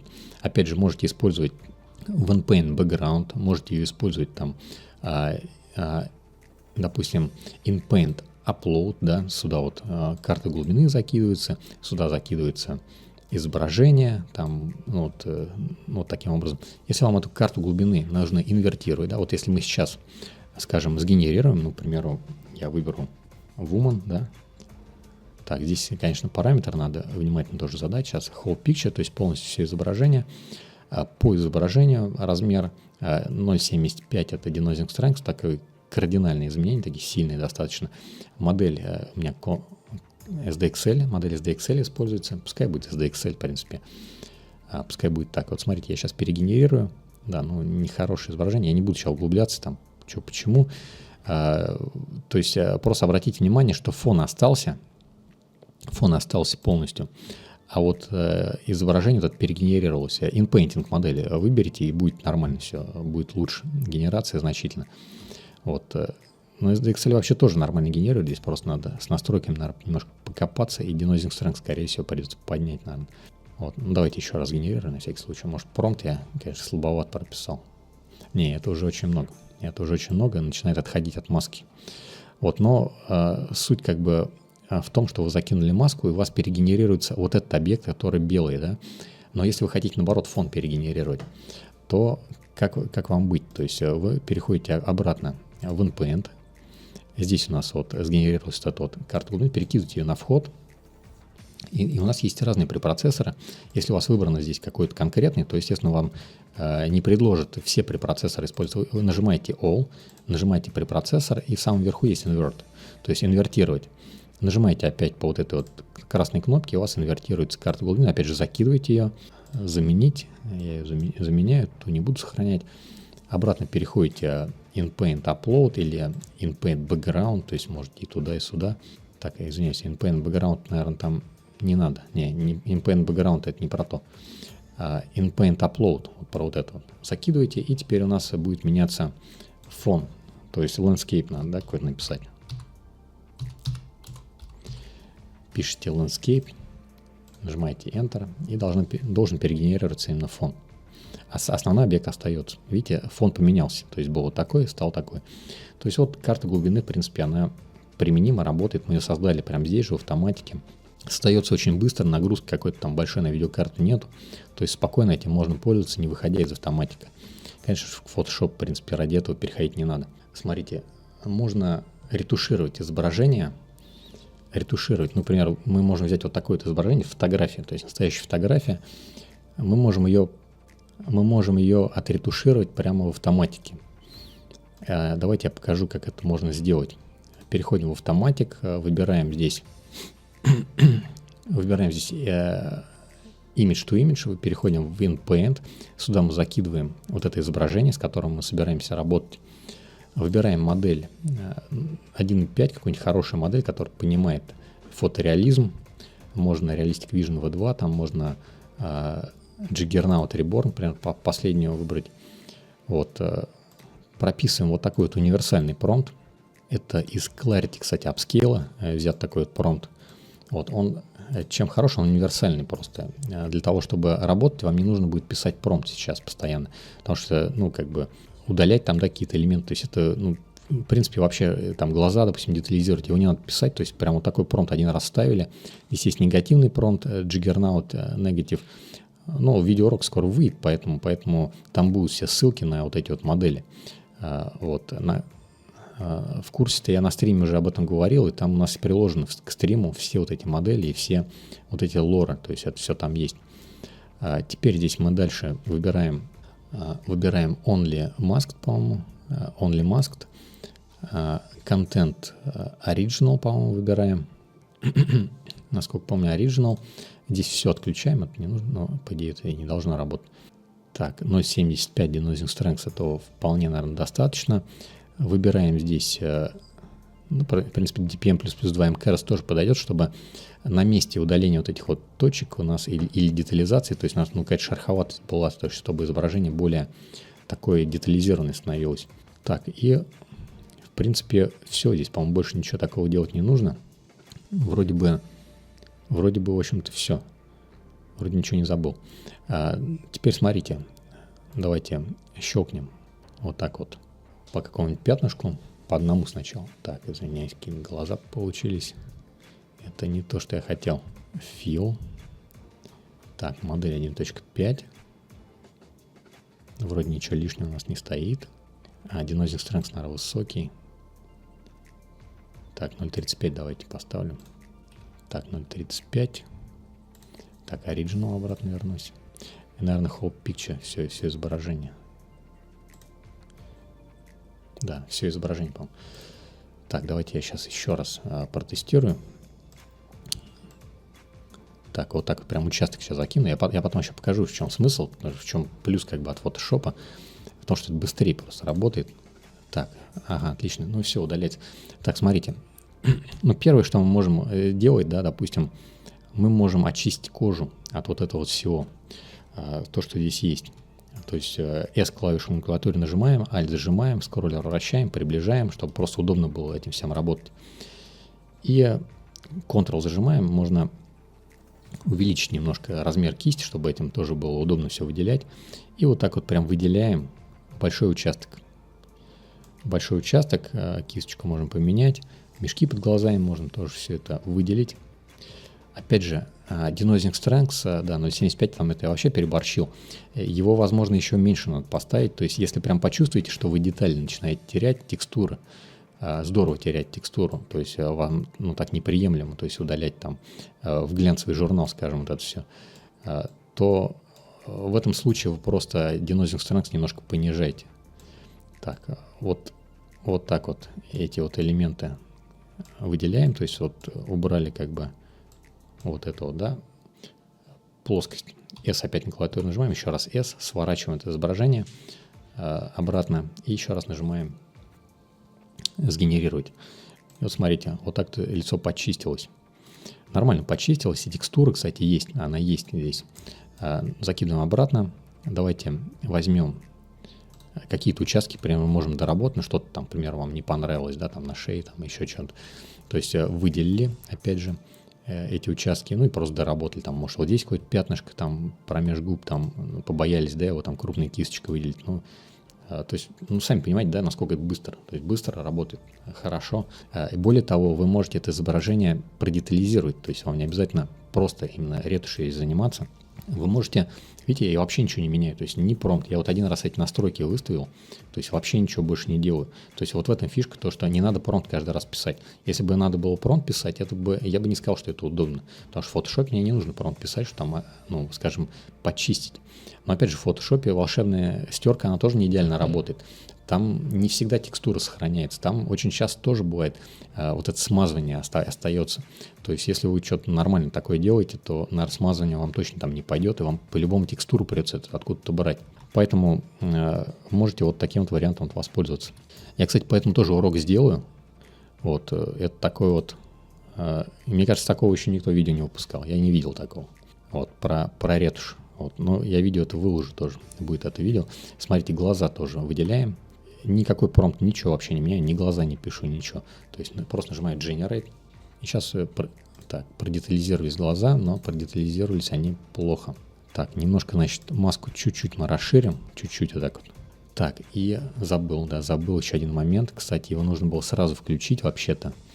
Это Ctrl-Net вообще-то. Ctrl-Net я его не знаю. То есть, когда кожу делаете, тоже включайте Ctrl-Net Tile. Это важный момент, забыл. Так, Ctrl-Net Tile, да, выбрали. Модель, естественно, 1.5. Включили Ctrl-Net Tile. Все, здесь больше ничего делать не надо, кроме того, как уменьшить немножко вес. 0.6, 0.7, там вполне достаточно. Сильно его не надо поднимать. Этот Tile отвечает за считывание промпта. Independent Image, естественно, убираем. Так, Independent Image убираем. Все. Balance оставляем 0.6, Denoising Strength 0.7, там, ну, тут просто по вкусу смотрите. Вот, и Tile, он считывает промпт с этого изображения. Хорошо работает на моделях 1.5. Для моделей SDXL тоже появился Ctrl-Net Tile, тоже можно им пользоваться, но работает похуже немножко. Вот сейчас увидите, то есть детализация будет нормально работать, то есть и глаза продетализируются. Вот, есть детализация, давайте поднимем Denoising Strength, просто немножко поднимем его, там 0.45, к примеру. Вот так вот. То есть, ну, тут уже речь о детализации. Так, извиняюсь. Да, я думал, фил стоял. Original, обязательно original контент. То есть, когда детализацию какую-то делаете, только original контент. Иначе будет просто перерисовывать там вам. То есть, смазывать, перерисовывать. Да, зрачки не очень получается. Но вот так более-менее. Так более-менее, то есть, закинем. То есть, они в любом случае продетализировались. Брови, к примеру, да, можем выбрать. То есть, раз, вот так вот брови. То есть, промпта я никакой не пишу, то есть в промпте ничего не указано. Ну, если, конечно, укажете, то хуже не будет. То есть укажете более, то есть дополнительно укажете, что это брови, что это там глаза, будет, естественно, лучше там. То есть вот брови, да, прорисовались. Волосы, к примеру, продетализировать, или губы давайте. Кстати, вот губы более интересно. Губы обычно всегда портит он, то есть он такие как бы, немножко такие рваные какие-то губы делает, ну или какой-то вот определенный такой, как он, аниме какой-то, мультяшный такой стиль пытается внедрить в эти губы, это прям постоянно. Когда апскейл какой-то делаешь, Прям вот с губами проблема обычно бывает. Здесь можно аккуратно выделить, то есть аккуратно выделяете. И вот промеж губ лучше не выделяйте. То есть он там зубы, если где-то что-то видны, лучше это оставляйте. То есть он их, как правило, хорошо не продетализирует. То есть он там все сольет. То есть зубы лучше, ну здесь особо их не видно, но если где-то видно, то оставлять. То есть, ну, вот так вот немножко он расширил. Можно denoising strength понизить, если это неестественно вам кажется. То есть 0,35 вполне тоже нормально. То есть губы это, он и так нормально их детализирует, то есть детали там значительно прибавляются, просто чтобы форма губ сохранилась, от них очень здорово узнаваемость вообще зависит. То есть иногда кажется, ну там, как бы губы, чуть-чуть там поджат, не поджат губа, сразу видно, что человек уже меняется, уже не тот. То есть глаза, губы, нос, в принципе, ну, остальное там форма подбородка, там много, в принципе, параметров, по которым мы людей узнаем вообще, то есть мы можем признать, что это тот человек, а не другой. Одежду также, то есть выбирайте одежду, то есть без написания промпта детализируйте изображение. Вот, можете его предварительно проапскейлить, допустим, в экстрасе даже, то есть в экстра закидываете это изображение, вот, то есть, да, и его там можете в 2 раза, а можете в 1,5 раза увеличить. То есть, ну, там смотрите, до какого размера изображения вам его нужно увеличить. Соответственно, после того, как вы вот здесь вот все вот это продетализируете, но вы уже апскейлом никаким не воспользуетесь, кроме крутых таких апскейлеров, как Супер там или, ну, я назвал один Супер. Вот Супер, он прям хороший результат, дает 100%, то есть человек узнаваемый. Stable SR тоже нормально, но он, я считаю, вот позиционирую его как апскейлер для таких прям плохих фотографий. То есть, ну, это неплохая фотография. То есть я бы ее не стал Stable SR апскейлить, а вот Супер, да, она детали даст, то есть она деталей прям даст много. Вот тогда, в принципе-то и смысла как бы нет этого вот проходить-то особо. Но если вы, мало ли там видеокарты там слабые, еще что-то, то есть проапскейльте предварительно вот это изображение до нужного разрешения, то есть для большого там разрешения, например, там 1500 там, на 1500 там, или 1700 там даже можете. И когда уже будете здесь обрабатывать, можете выбрать Only Masked и разрешение поменьше. И тогда уже просто детализацию вот эту вот будете делать, ну, в формате поменьше. Ну, вот так вот. Друзья, если вам интересен последовательный курс по автоматику, который сэкономит много вашего времени, где уроки разложены последовательно, где есть моя поддержка, где есть дополнительные стримы, где есть моя проверка домашних заданий ваших, и где я буду вам подсказывать, если вы что-то делаете не так, то переходите на сайт stablediv.ru, там есть вся информация, вы можете ознакомиться, а также есть контакты администратора, где вы можете задать вопросы, если вам что-то непонятно. Мы обязательно отреагируем, ответим на все, что вас интересует. Так, ну, я смотрю, вопросов ко мне особо больше нет. Вот, ладно, всем хорошей недели, хорошего настроения, вот, генерации удачных, как всегда, вот, и всем пока, в общем, всем счастливо.